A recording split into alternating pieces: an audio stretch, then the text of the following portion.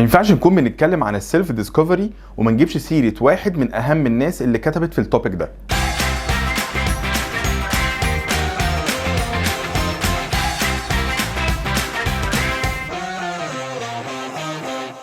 مساء الفل. ستيفن كوفي واحد من اشهر وامهر الناس اللي اتكلمت في التوبيك بتاع السيلف ديسكفري.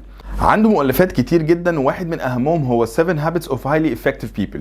الكتاب ده اتلف العالم كله وباع نسخ مهوله من الكتاب. الكتاب بيتكلم عن 7 عادات لازم تكون موجوده في البني ادم اللي شغال على الحلم بتاعه. احنا النهارده هناخد واحده من الهابتس ديت، وهي الهابت الثالثه اللي هي put first things first. باختصار شديد first things first بتتكلم عن مهاره ترتيب الاولويات. كوفي في كتابه الف كوادرنت. الكوادرنت ده متقسم لاربع اجزاء ما بين الارجنت والامبورتنت. اي تاسك في الدنيا عندنا بتبقى حاجه من الاثنين، يا اما urgent يا اما نوت urgent، وفي نفس الوقت بتبقى يا اما important يا اما نوت important. وده بالظبط اللي كان بيشرحه كوفي في الجزئيه دي. كوفي كان بيتكلم ان احنا لو عندنا تاسك urgent وامبورتنت لازم نشتغل عليها على طول، لانها في اغلب الوقت هتكون حاجات ليها ديدلاين معين. الكوادرنت اللي بعد كده الurgent نوت important، وهنا بتبقى حاجات لازم تشتغل عليها بسرعه لان في الاغلب هيبقى ليها ديدلاين قريب. بس خلي بالك وانت شغال على الحاجات ديت بتبقى معطل حاجات تانية قدامها، وفي الاغلب هتبقى حاجات اهم بالنسبه لك، الحاجات اللي تخص اللونج تيرم بلان بتاعتك. بعد كده الامبورتنت بات نوت urgent، وهنا بيقع الحاجات اللي بتبقى انت عاوزها في الاغلب او مهمه بالنسبه لك، وعاده هتلاقي هنا كل التاسكات اللي تخص اللونج تيرم بلان بتاعتك. اخر حاجه ولا هي امبورتنت ولا هي urgent، ودي اللي احنا بنسميها تايم ويستر. وهنا بننصح ان التاسكات ديت يتعمل لها ديليجيشن. حاول على قد ما تقدر خليك برو اكتيف،